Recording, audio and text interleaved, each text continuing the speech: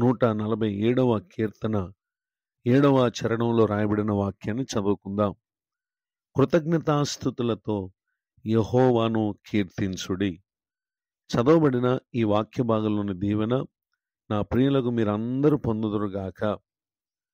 మన ప్రభువైన యేసుక్రీస్తు వారిని మనము కీర్తించాల్సినటువంటి వారమై ఉన్నాం. ఏ విధముగా అనంటే కృతజ్ఞతతో కూడినటువంటి స్తుతులతో మనం ఆయనను కీర్తించడం మన జీవితానికి ఎంత అవసరం. కారణం ఏంటంటే ఈ 147వ కీర్తనలో 3వ చరణంలో రాయబడినటువంటి మాట, గుండె చెదరని వారిని ఆయన బాగు చేయువాడు, వారి గాయములు కట్టువాడు.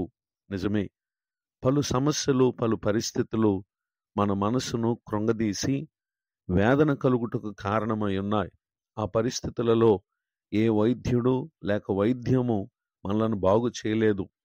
నిశ్చయముగా మన ప్రభువారే ఆయన తట్టు ఎందరైతే తిరుగుతారో అట్టి వారిని ఆయన బాగు చేసేటటువంటి దేవుడిగా ఉన్నారు. వారు మనసుకు కలిగినటువంటి ప్రతి గాయాన్ని కూడా ఆయనే కట్టేటటువంటి దేవుడిగా ఉన్నారు. అలానే 5వ చరణంలో మన ప్రభువు గొప్పవాడు, ఆయన అధిక శక్తి గలవాడని, ఆయన జ్ఞానమునకు మితి లేదు అని ఇక్కడ చెప్పుటను గమనించగలం. నిజమే, లోకంలో ఎందరు గొప్పవారని మనం ఎంచినా మన కృతజ్ఞతాస్తుతులకు అర్హుడైనటువంటి దేవుడే ఆయన గొప్పవాడు. ఆయన కంటే మించిన గొప్పదైనదంటూ ఏదీ లేదు. కారణం ఏంటంటే ఆయన అధిక శక్తి కలిగినటువంటి దేవుడు. సమస్తమునకు ఆధారభూతుడైనటువంటి ఆయన సర్వశక్తిమంతుడు. ఆయన మాట చేత గాలి, నీరు అన్నీ కూడా ఆయన మాటకు లోబడుతూ ఉన్నాయి. ఆయన మాట చేత సముద్రము పాయలైపోయింది. ఆయన మాట చేతనే సర్వమును కలిగాయి. ఆయన శక్తి ఎదుట లోకంలో ఏ శక్తి కూడా నిలవలేనిదిగా ఉంది గనుక ఆయన అధిక శక్తి గలవాడని, ఆయన జ్ఞానమునకు మితి లేదు అనంటే ఎంత జ్ఞానం గురించి ఆలోచించినా ఆయన కలిగి ఉన్నటువంటి జ్ఞానానికి ఎక్కడా కూడా పరిమితి లేదు. మితిలేని జ్ఞానం కలిగినటువంటి దేవుడు మన ప్రభువారు గనుక 6వ చరణంలో రాయబడినటువంటి మాట, ఆయన దీనులైనటువంటి వారిని, అనగా ఎందరైతే తగ్గింపు కలిగినటువంటి వారుగా ఉంటారో, దీన మనసు కలిగినటువంటి వారుగా ఉంటారో అట్టి వారిని ప్రభువారు లేవనెత్తేటటువంటి దేవుడిగా ఉన్నారని, భక్తిహీనులుగా ఎంతమంది అయితే ఉంటారో అట్టి వారిని నేలను కూల్చేటటువంటి దేవుడిగా ఉంటారని దేవుని యొక్క వాక్యం మనకు సెలవిస్తూ ఉంది. ఇట్టి పరిస్థితులను అనుభవించినటువంటి వారిని పరిశుద్ధ గ్రంథములో అనేక మంది భక్తుల జీవితాలు మనం చూడగలం. వారిలో ఒక భక్తుని జీవితాన్ని మనం పరిశీలన చేసినట్లయితే దానియేలు గ్రంథం 6వ అధ్యాయం 10వ వచనంలో, అతడు తన ఇంటికి వెళ్ళి యథాప్రకారముగా అనుదినం ముమ్మారు మోకాళ్ళుని తన ఇంటి పైగది కిటికీలు యెరూషలేము తట్టునకు తెరవబడి ఉండగా తన దేవునికి ప్రార్థన చేయొచ్చు, ఆయనను స్తుతించుచూ వచ్చాను. ఇక్కడ దానియేలు అనేటటువంటి వ్యక్తిని మనం చూస్తూ ఉన్నాం. అతడు అనుదినము దేవునికి ప్రార్థన చేయొచ్చు, స్తుతించే వ్యక్తి. కారణం ఏంటంటే మనము 147వ కీర్తన 3వ చరణం మొదలుకొని రాయబడినటువంటి వాక్య భాగాల్లో ఉన్నటువంటి గొప్ప సంగతులను ఎరిగినటువంటి భక్తుడు కృతజ్ఞతాస్తుతులతో ఎల్లప్పుడూ ప్రభువును కీర్తించినటువంటి వ్యక్తిగా ఉన్నాడు.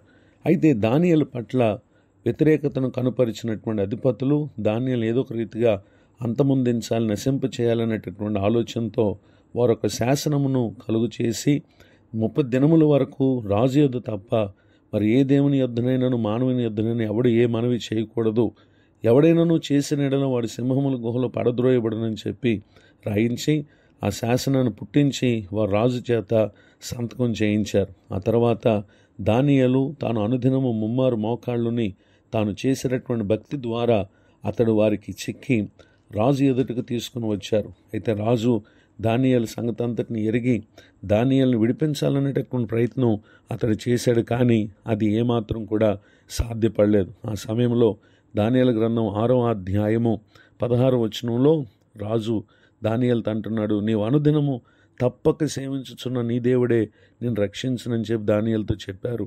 ఆ తర్వాత దానియేలు ఉన్నటువంటి సింహముల గుహ రాయిని వారు మూసివేశారు. ఆ రాత్రంతా రాజుకు ఏమాత్రం కూడా నిద్ర పట్టలేదు. అయితే తెల్లవారుజామున అతడు దుఃఖస్వరముతో దానియేలు గుహ దగ్గరకు వచ్చి పిలుస్తున్నాడు, జీవము గల దేవుని సేవకుడైన దానియేలు, నిత్యము నీవు సేవించుచున్న నీ దేవుడు నిన్ను రక్షింపగలిగానా అని చెప్పడం గమనించగలం.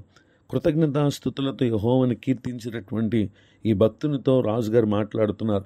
ఆ సమయంలో దానియేలు సింహముల గుహ లోపల నుండి, రాజు చిరకాలము జీవించునుగాక, నేను నా దేవుని దృష్టికి నిర్దోషిగా కనబడుతున్న గనుక ఆయన తన దూతను పంపించి సింహములు నాకు ఏ హాని చేయకుండా వాటి నోళ్లు మూయించను. రాజా, నీ దృష్టికి నేను నేరం చేసిన వాడని కాదు కదా అని చెప్పి అతడు సమాధానం ఇచ్చుటను మనం గమనించగలం. ఈ విషయమై రాజు ఎంతో సంతోషభరితుడయ్యాడు.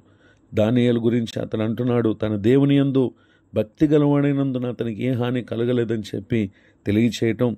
ఎవరైతే దానియేలు మీద నింద మోపారో ఆ మనుషులను తోడుకుని వచ్చి సింహాల గుహలో పడద్రోసినప్పుడు, వారిని, వారి కుమారులను, వారి భార్యలను పడద్రోసినప్పుడు వారు ఆ గుహ అడుగునకు రాకమునుపే సింహాల పాలయ్యారు. సింహంలో వారి ఎముకలను సైతము పగలగొరికి పొడి చేసినటువంటి విషయాన్ని ఇక్కడ మనం గమనించగలం. ఈ మాటలు వింటున్నటువంటి నా ప్రియ సహోదరి సహోదరులు, మానసికంగా అతనికి ఎంతో బాధ కలిగినప్పటికీ అతడు ఏమాత్రము దేవునికి కృతజ్ఞతలు చెల్లించడంలో అశ్రద్ధ చేయలేదు కనుక దేవుడు దానియేలు గారిని బాగు చేశారు. వారి గాయాలను కట్టారు. అధిక శక్తి కలిగినటువంటి కార్యాలు ప్రభువు చేశారు. తగ్గించుకున్నటువంటి దానియేలు గారిని ప్రభువు లేవనెత్తారు. భక్తిహీనంగా ప్రవర్తించినటువంటి వారు సింహాల పాలైనటువంటి విషయాన్ని ఇక్కడ మనం గమనించగలం. ఈ మాటలు వింటున్న నా ప్రియ సహోదరి సహోదరులు, అనుదినం మీ జీవితంలో కృతజ్ఞతాస్తుతులు చెల్లించుచు యెహోవాను కీర్తించే ఆధ్యాత్మిక లక్షణాన్ని అలవర్చుకోండి. మీ ముందున్న జీవిత దినాల్లో మీరు ఎదుర్కోబోయే శ్రమలు, విపత్తులు, ఆపదలు ఎన్నున్నా వాటన్నిటిలో నాడు దానియేలు గారిని కాపాడిన దేవుడే ఆయన మనలను కూడా కాపాడటానికి నేటికి సజీవుడు. ఇటు గొప్ప కృపకు నా ప్రియులకు మీరు పాత్రలు కావాలని కోరుతూ ఈ మాటలు ముగిస్తున్నాను. ప్రార్థన. కృప కలిగిన మా తండ్రి, వందనాలు. నేడు విన్న ఈ మాటల ద్వారా మా ప్రియుల హృదయాలను మీరు బలపరచండి. దైవజనులను, వారి కుటుంబాన్ని, సేవా పరిచయను దీవించండి. కృంగిన వారిని లేవనెత్తండి. దుఃఖితులను ఆదరించండి. మరి యొక్క నూతన సంవత్సర దయాకిరీటను పొందిన ప్రియులను మీరు దీవించండి. నేటి దిన దీవెనలు తమ ముందున్నటువంటి కాలమంతా కృపాక్షేమం దయచేయమని యేసుక్రీస్తు నామంలో ప్రార్థిస్తున్నాను తండ్రి. ఆమెన్. తండ్రి, కుమార, పరిశుద్ధాత్మ దేవుడితోడు నడిపించునుగాక. ఆమెన్.